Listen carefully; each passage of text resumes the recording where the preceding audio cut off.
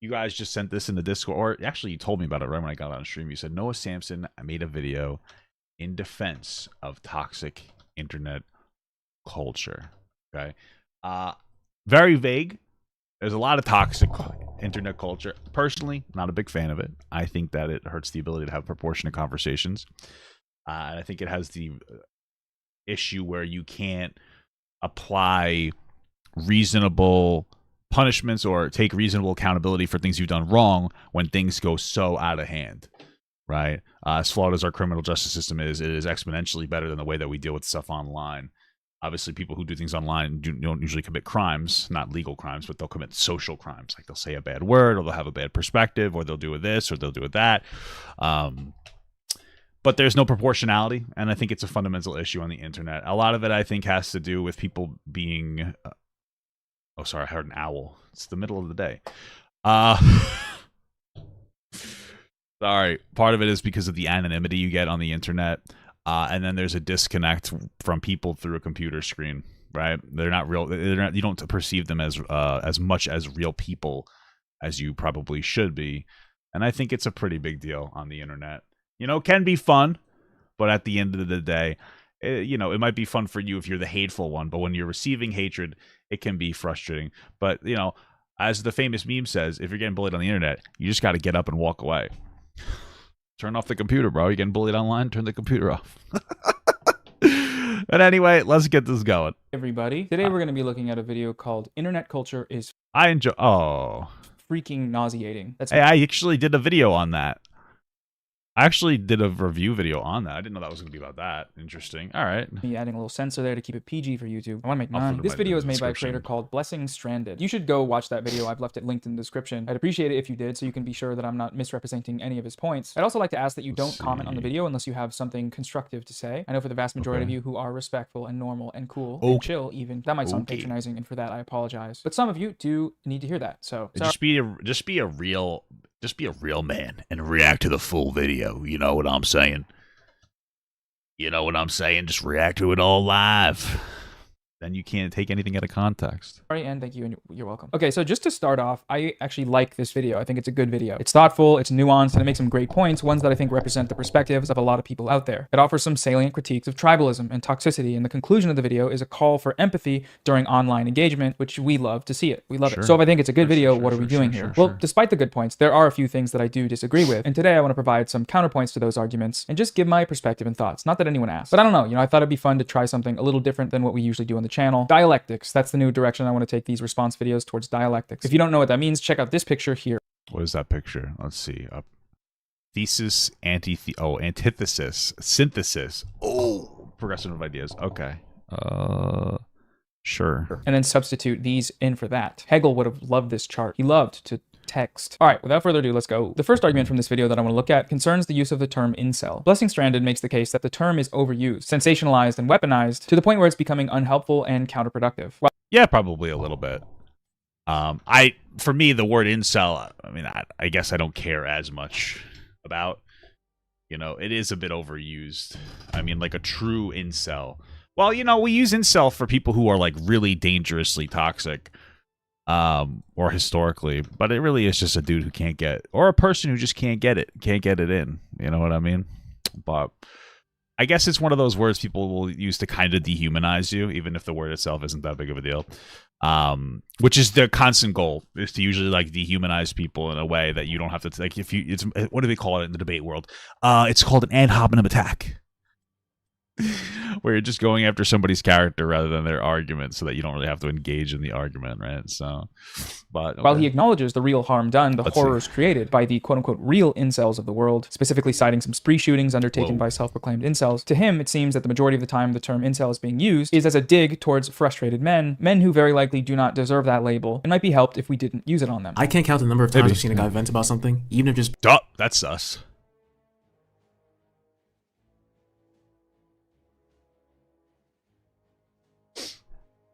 Just gonna pause for a laugh and a clap, briefly. And instead of people trying to help them, they just try making sure that guy isn't thinking about going on a killing spree.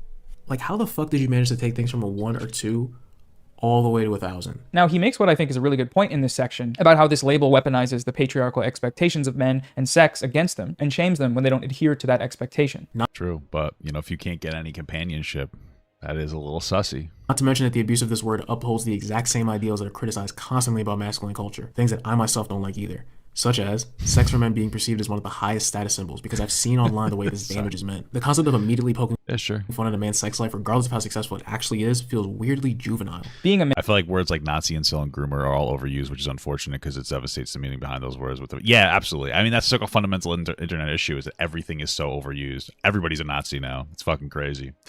If you're Poncho, you think that LGBTQ people are Nazis. Or at least you flash Nazi propaganda on stream trying to make it seem like gay people were started by Nazi Germany.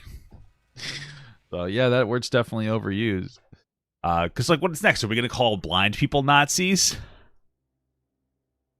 Because they cannot see? There's a pause for a clap on that one. That's good. That's pretty good. Man that has sex does not preclude one from being a misogynist. That's true, go off. Now, where we start to run into some issues, though, is when Blessing Stranded gives us an example of this wrongful labeling. He presents the internet's response to a 12-year-old who made some inflammatory comments on his Instagram story after a breakup.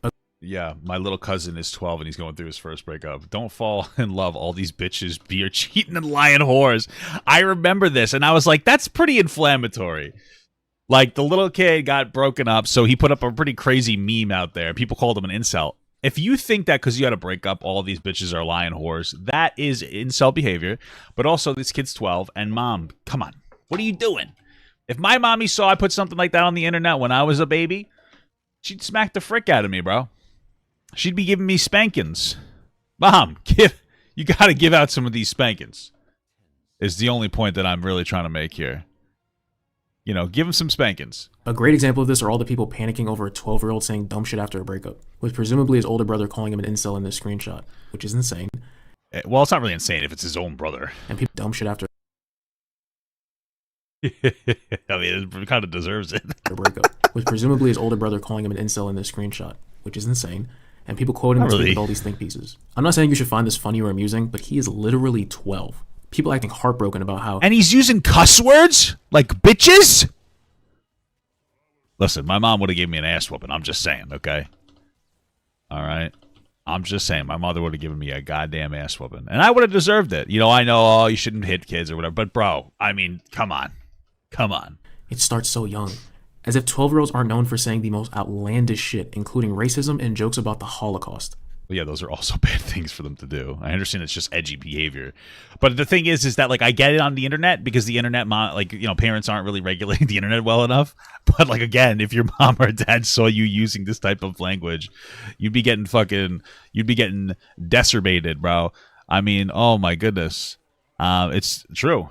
And I'm not saying no one finds that distasteful either. I don't exactly find it amusing when little kids say racist shit to be edgy, but that's what a lot of 12-year-olds do. And we know this. That's why no one makes think pieces and dramatically worded sentences about how these are the kinds of kids that become cops and start killing black people. What? Or that they'll grow up to become neo-Nazis. Now, maybe if a 12-year-old went on a rant about why certain groups of people need to be killed or assaulted, or the things he says seem very obviously passed down to the adults in his environment, then I can understand. And I would agree. But well, I don't. I think that's a little bit... Because what I'm getting out of that, you know, and maybe I'm wrong about what I'm getting out of it, but what I'm getting out of that is like, hey, if a kid's exhibiting bad behavior... it's okay as long as it's not the worst behavior. Yeah, you know, I know kids be saying the N-word on the internet, but it's not really a big deal until they say they want to kill people. It's like, well, I think that we could probably stop them from saying it. Now, we can understand because they're kids, that they're being silly gooses. And if you think calling a 12-year-old an incel is too much of a call to action and might get that kid hurt or harmed or something, like, that's fine. You know, you could be like, oh, that's really bad behavior, but I don't think... I mean, that's fine. I personally don't care about that argument, but if your argument is that's really bad behavior and needs to be corrected, but, you know, incels, like, too much, that's fine. But, like, you got to correct bad behavior in kids, okay? It's, you know, that's what I'm saying. I think that we correct bad behavior. Kids yearn for the mines. You send them to the mines. It's not what's happening here. The caption of this story reads, "Don't fall in love. All bitches are cheating, lying whores." This post is framed by Blessing Stranded as just edgy, distasteful, dumb, and outlandish. Not out of character for anything another 12-year-old might say, but calling him an incel for a post like this is to him... Bro, it was funny. I was working. I was working at 12 years old, bro. These kids are sitting here saying wild shit on the internet, man. I was working at a deli 12 hours a day. Only the weekends, though. Because, you know, I was a child. I was working at my uncle's deli. Give me $20 a day. Some would say that that's exploitation of labor. Others would say it's just family, and I probably didn't do nearly the amount of work as an actual adult would have done in that circumstance. An unfair and extreme leap. Now, first off, I do want to point out that the majority of the posts that he shows aren't actually calling the kid an incel. The original post calls what he says incel shit, but doesn't label him as an incel directly. One person says that they're sad for girls who have to experience the extreme misogyny on display here. One advocates the kids be taught about breakups in schools. Another is concerned. Another still is worried about how young the kid is to be saying things like this. These posts are all critical of the content in the original post, but the majority of them never actually call him an incel. This distinction between writing concerns about his rhetoric and outright calling him an incel is important, because the unfair labeling aspect of the latter is what Blessing Stranded takes issue with. The word incel is a great example of how people lose the plot. It used to genuinely terrify me back in like 2015. Because the only time you saw that word being used is when the person legitimately fit the description. But now the word gets handed out like CDs in the early 2000s. CDs nuts. See that shit and it's absolutely nothing. It fucking reeks of a chronically I could have killed this guy. I've literally never seen a well-adjusted human being with an actual life use that word unironically, with the overwhelming majority not even knowing what it means. It's genuinely insane to me that we have a word where the spectrum on one end has literal serial killers, and on the other, there's guys that said something you didn't like. I mean, the word serial killer in and of itself is a spectrum. It's either means that you kill a bunch of people or that you love Captain Crunch. Am I right?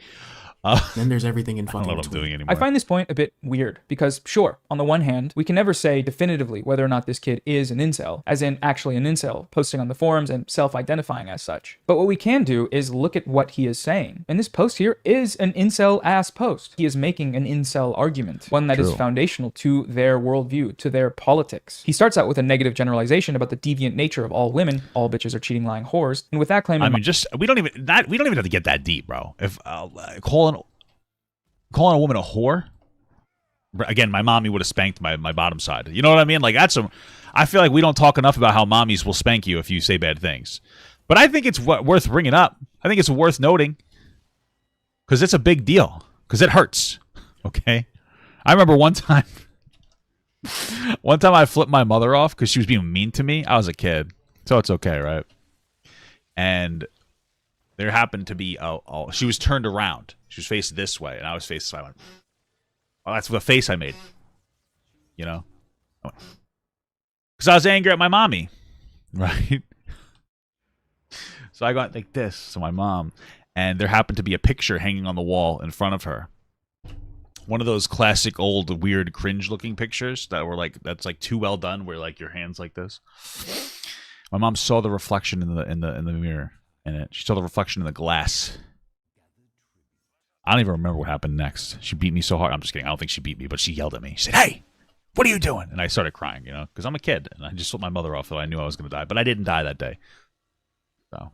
He goes on to warn you, as a boy or a man, to stay away from them. Don't fall in love, or be celibate, you might say. While a self-identifying incel might take that first claim, that all women are whores, and follow it up by concluding that that's why they'll always pick Chad over you, you'll never win, so don't even try, or whatever. The boy's conclusion that men should stay away from women adheres to this same logic. The logic of explicitly resenting all women, and adjusting your behavior according to that principle. Elliot Rogers, the incel spree shooter who Blessing Stranded later cites as an example of what a real incel looks like, his manifesto was filled with this sort of rhetoric. In its final pages, Roger writes, "Women are like a plague. They don't deserve to have any rights. Their wickedness must be contained in order to prevent future generations from falling to degeneracy. Women are vicious, evil, barbaric animals, and they must be treated as such." Statistically speaking, yes, it is extremely unlikely that the kid in the original post will go on an incel killing spree. But the next incel that does, he will be using this logic as justification. That's what makes it, in my opinion, okay for someone to describe this post as an incel-ass post, because saying something like this is a stepping stone to that end point of becoming an incel. Not all misogynists are incels, no, but all incels. I mean, I don't think it needs to be that deep, because I know we're kind of alluding to like an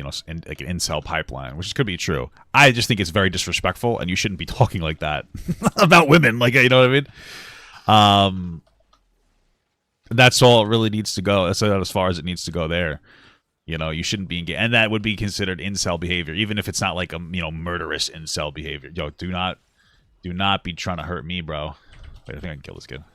They can't kill a kid. Incels are misogynists, and that process begins with statements got like him. the one that this 12-year-old posted. The plea to stop labeling every misogynist as an incel is valid, I think, but that shouldn't prevent us from being able to draw connections between misogyny and inceldom. If we're not allowed to identify and criticize incel rhetoric until the bodies start dropping, then we're... It was on my butt cheek. It wasn't on my under my underbutt. It wasn't in my butthole. So relax. in big trouble, in my opinion. All right, on to the next point. So this one concerns how Blessing Stranded feels that we ought to deal with sensational online cult-type figures. He gives a few examples and then eventually lands on Andrew Tate. The argument he makes with Tate is that the best way to... And then just to be clear, I don't remember the specifics, but comparing Andrew Tate, Vosh, and Hassan is wild because Andrew Tate is objectively the worst, and he's a sex trafficker. Okay, only if you believe what he says.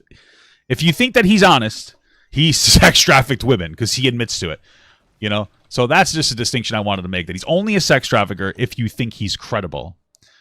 And I personally think he's an incredible sex trafficker. So deal with someone like him is to stop giving him airtime. I am so fucking tired of seeing the internet's new Donald. Yeah, I remember that. Like, yeah, there is an argument to be made about like talking about something. We'll keep it in rotation, but there's also an argument to be made about talking about something, especially in an intelligent, level-headed way, to de-radicalize people, or even to give other people the tools needed to speak out against, bad behavior, right? You know, like if you make content for your audience. And but maybe people get like good arguments out of it, so they will be able to speak against it in whatever capacity. Yeah, there's something to that too. Bro, don't even fucking around with me, boy. Oh, I got him before I died though. Trump and hearing all these god awful think pieces and tantrums over his popularity. He is the perfect example of sensationalism. Every time I think he's gone for good, he's forced back onto my feed all over again. This was easily one of the most cringe interactions I've ever had to sit through, and y'all gave her 4 million for this weak ass response. 4. His entire brand is that he's the forbidden messenger that the world is out to get, that he's the one that will lead the revolution of masculinity against modern society who seeks to destroy it. And then what do y'all do?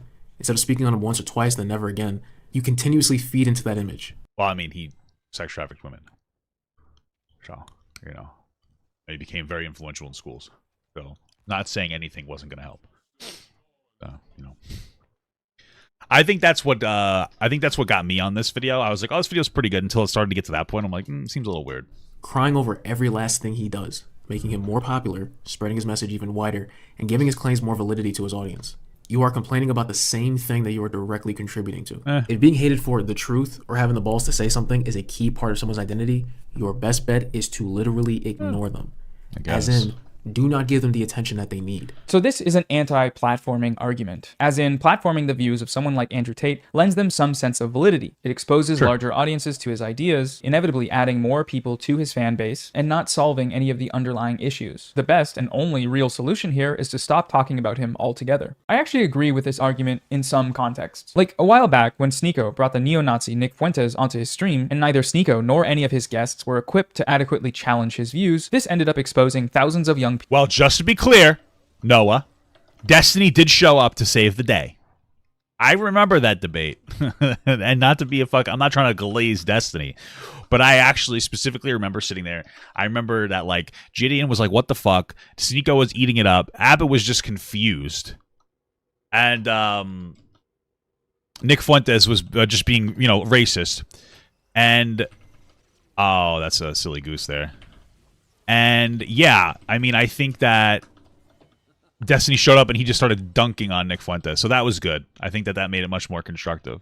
People to a bunch of racist arguments without being presented the vitally necessary counterarguments. It normalized having a Nazi in the room saying Nazi stuff on a massive platform. Okay, so quick editor's note. I realized that eventually Destiny came on that stream and argued with Fuentes a whole bunch, and that was, probably a good thing. But pretty much everything leading up to that. He probably doesn't like Destiny very much. It was a good thing. And it was, I think the conversation, and correct me if I'm wrong, I think it was about 2.5 hours, and maybe the first 20 to 30 minutes was no Destiny. So just keeping that in mind. But I could be wrong about that framing. That point was an uncritical presentation of Nick's views. This is bad, in my opinion, because it grants Nazi views. And that's the video I learned that Nick Fuentes compared sleeping with black people to sleeping with dogs. Which, I don't know if Pearl's ever heard that before. That's pretty much, that's a little racist. I should reach out to Just Pearly Things, though. In all honesty, I didn't know this, but yesterday I took a look at my old main channel, right, that I was doing, like, I did the conversation with Kelly Cadigan on. Just Pearly Things follows me. She's subscribed to my YouTube, but that YouTube, not this one. So I was like, interesting. I was like, maybe I should talk to her. And I don't really want to talk to her like everybody else. Kind of just more interested in, like, who she is as a person and how she got here, more than I'm interested in, like, why are you defending Nick Fuentes, you know? Like, what's the behavior that makes you, because I don't know that I think that she's like a legitimate racist person. I think that, like, I don't think that she is, honestly. I wonder, where is it coming from where you're identifying with racists? You know what I mean? I know that sounds weird, but it's something. It's not called Papa Gut Archives anymore. It's called The Real Papa Gut. An undue level of legitimacy for a civilized society. Bringing it back to Andrew Tate, though, the trouble with applying the platforming argument to him is that even if everyone talking about him were to stop criticizing him forever, that wouldn't make him go away. Unlike Fuentes, Tate is massively influential online. He was, and still is, going viral every day. His rhetoric is showing up in elementary school classrooms. He was the most Google search term for a while, I think, or the third most. I don't know. Way too high on the chart. The reason why any of these commentators or journalists are even talking to or about him is because of that massive. Would she actually want to talk to me about the stuff I said? She doesn't know anything I've said. Because I said it on such a small platform. Like, she doesn't get, like, I doubt that she knows the specifics of what I was talking about. You guys are done. I'm not freaking around, bro. I'm not freaking around, dude. Come on. Are you shitting my balls? Online presence. In the case of the videos he shows of Hassan and Vice News talking about Tate, I think this is a context in which platforming makes sense. The reason for that is Tate's prominence at the time, as well as the fact that these videos were effective in countering Tate's views. This was and is necessary, given the way that these views have proliferated online and offline, caused real-world harm. If Blessing Stranded feels that these videos are somehow inadequate in challenging Tate's views, or if he feels that their ultimate contribution is spreading those views uncritically, I would be interested in hearing why. If it doesn't, then it seems like the argument he's making here is that after we've talked about harmful figures once or twice, we should. She's not going to research me. She didn't even research Ethan Klein before she did. Anymore, full stop, which to me seems like it would cause a great deal of trouble in the long term. If freaks like Tate end up dominating the entire internet, what message is that sending to the people most likely to fall for his trickery? How many millions will be captured into his rhetoric, and how much real-world harm will this cause? I don't know, but it'd be a lot, in my opinion. The last thing I want to talk about on this point is the way that Blessing Stranded actually makes a pro-platforming argument. He cites the trend of joke tweets that share sensational posts and add intentionally unrelated commentary. In general, the best way to handle a lot of shit is to simply ignore it, or at least not feed into it. I don't know if y'all ever seen tweets where all the replies was just unrelated nonsense and basically everyone was ignoring the original poster. It's quite rare. But that to me feels like the ideal way to respond to someone saying dumb shit online. Instead of everybody getting riled up alongside with you, turn that post into a good unrelated laugh instead. But unfortunately, the majority of the internet seems to be allergic to the idea of ignoring things it doesn't like, and especially things it doesn't want to bring the wrong attention to. Now, on first pass, these tweets might seem like they are ignoring the problem. They're not commenting on or responding to the original posts. They're turning it into something funny or positive with jokes and memes, none of which are related whatsoever to the original sentiments being expressed. However, by responding to the original posts in this way, these people are making a statement about them. They are sharing these posts with seemingly unrelated commentary, and the statement being made there is that the idea I'm sharing is so socially transgressive or absurd or unworthy of consideration that we can move past it and talk about something else. The debate has already been settled. This post sucks, so check out this crochet lion or whatever else. Is that crochet? It looks like a Lego. Wow. Jesus. These posts often go viral, and the reason for that is that the people who share them understand and agree with the statement that they make, with their non-statement. The unrelated quote tweets on. Yeah, I get what he's saying. Listen, there's something very interesting about, like, kind of making a little bit of a. I mean, it is literally like an ad hominem, I guess. Debate term. I plead the fifth. That should be a debate term, I think.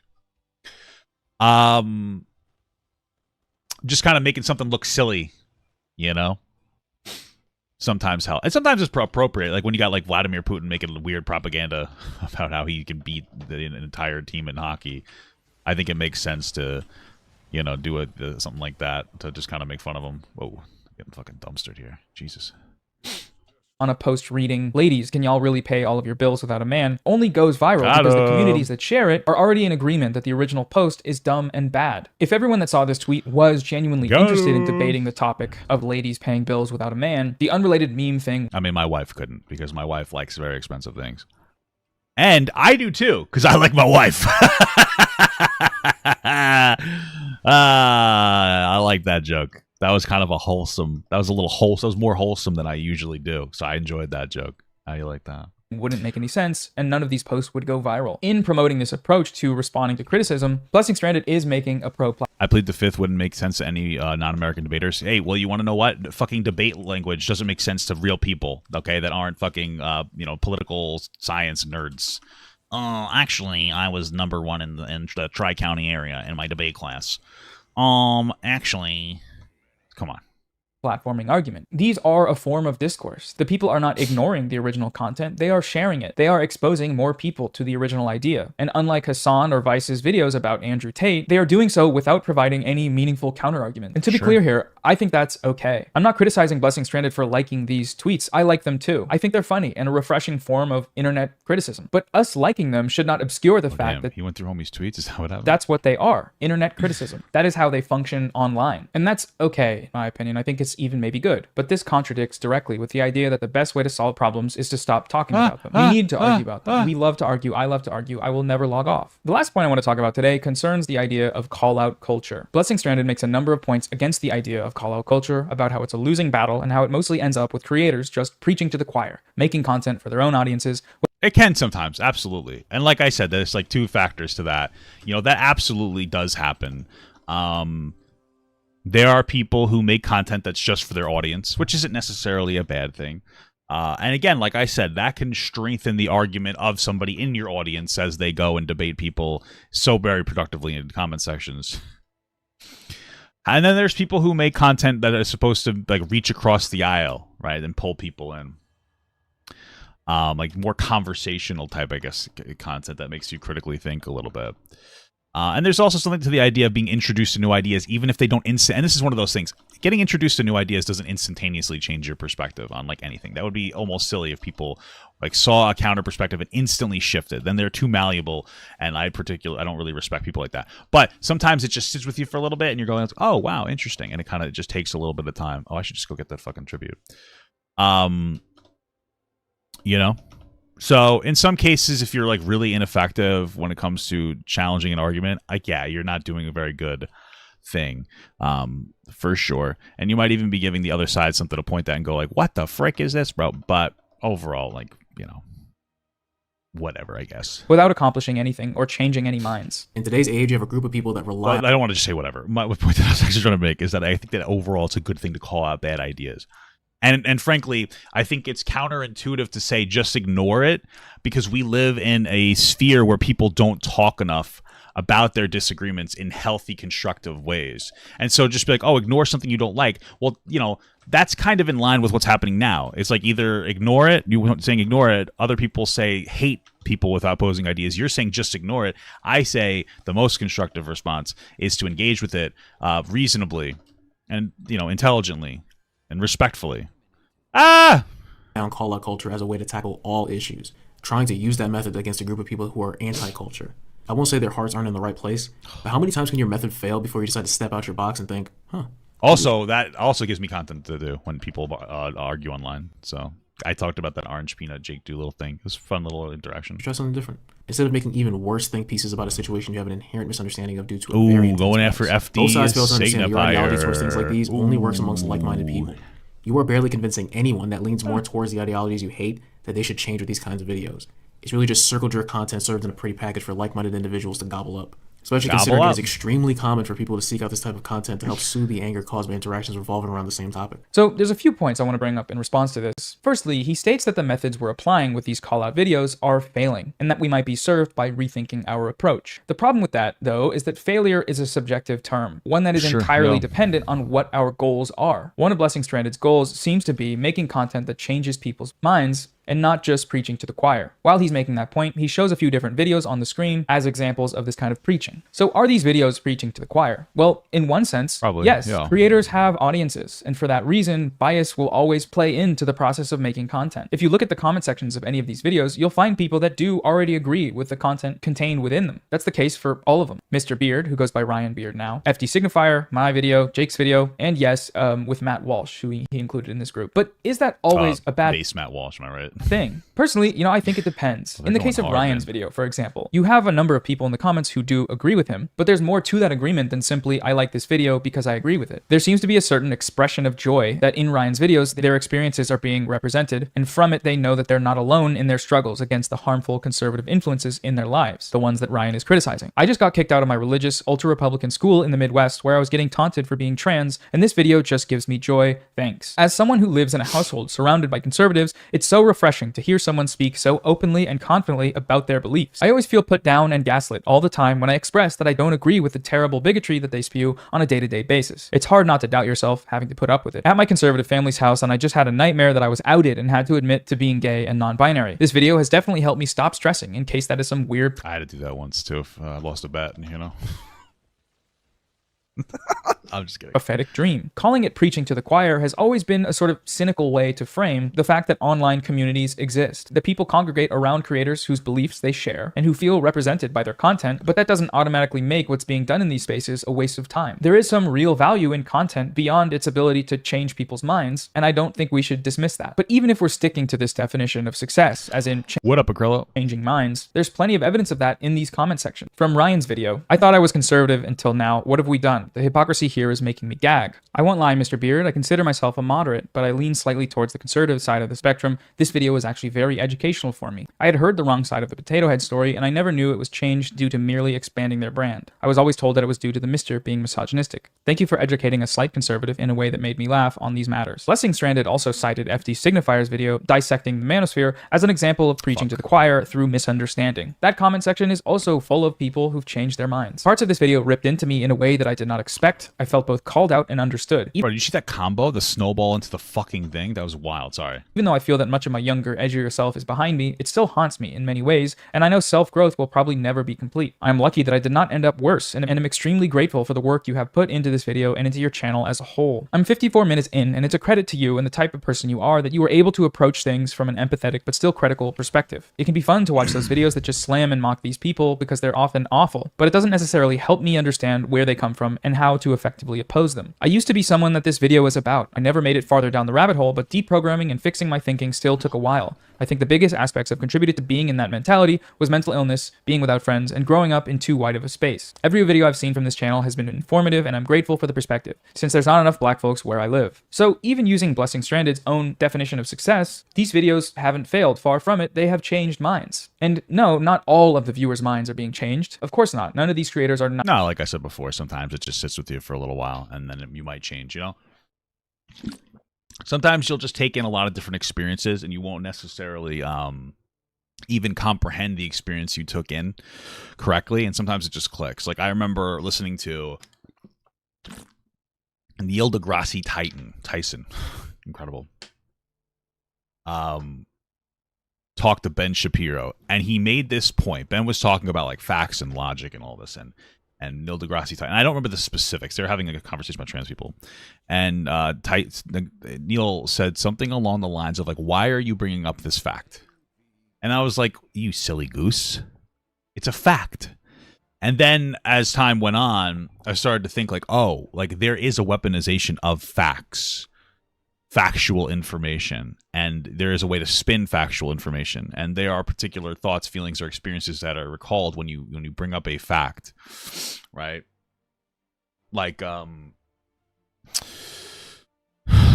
want to try to bring up a fact that's not related to black people, because I just feel like it's always like, when we're in the political space, let's talk about black people. I feel like it's rude, but I'm going to bring one up, right? So, factually, there is a disproportionate amount of crime committed by black people, but it's not so racists will say, listen to this, 1350, and the thought is like, oh, black people are inherently violent, which isn't true.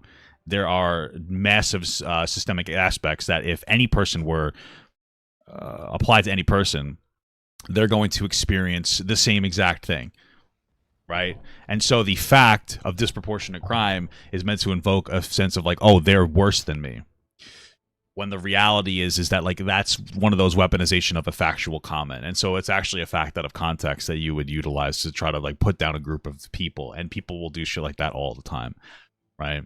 That's one of those situations. And it took me a while for like that argument to like even rest into my head and be like, oh shit, that makes a lot of sense. So like, why are you bringing up a particular thing? Like, what's the point of saying a particular thing? Right? That's one of those things. Thing. Naive enough to think that that'd be possible. But, you know, with these videos, we are advocating for our politics. And if that process occurs one person at a time... I got a better one since we got Matt Walsh. Gay people can't like have kids together, right? I guess cisgendered gay people, right? It's like, well, what's the fact of that? You know, if you're religious or you're like a Matt Walsh fan, you might be saying that as a way to say that gay people can't get married. And the reality is like, what does that really matter, right? So there's, you know, there you go. They can still have babies. They're just not, two dudes can't make a baby with their wee-wees, you know? I wish. Am I right? Then that's okay. That doesn't mean that all we're doing here is just preaching to a choir. And I think that's, you know, important to keep into account. All right, so just really quickly, I'm going to conclude with some final thoughts. Touching grass is good. Arguing online can have negative effects to your mental health. I recently visited family, and for that trip, I deleted Twitter and YouTube Studio off my phone. And my body did indeed make contact with some grass, and that caused my mental health to do a little bit of this. But the reality is, the internet and internet culture, they are here to stay. All sorts of communities have formed online. It has created spaces for entertainment, politics, social issues, whatever else. People will be here online until someone pulls the plug. And yes, we can always improve the ways we go about online discourse. Blessing Stranded's video outlines a number of ways that that is possible, especially in his conclusion. But, you know, I don't think those shortcomings should discouraging us from undertaking criticism at all. Far from it, I think it should motivate us. I prefer to cane criticism.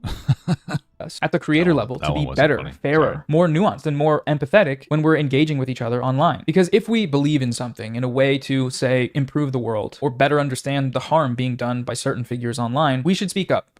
Even if it's messy, even if it's not perfect. That's what we're here to do, and that's the whole point of being here. And I think it's, you know, it's good for the most part. Okay, that's all I wanted to say. Let me know what you thought of this video. A little bit different, like I said, but would appreciate some feedback. Shout out to my patrons who should be scrolling by right now if you want to get in the credits of my videos. All right, cool video.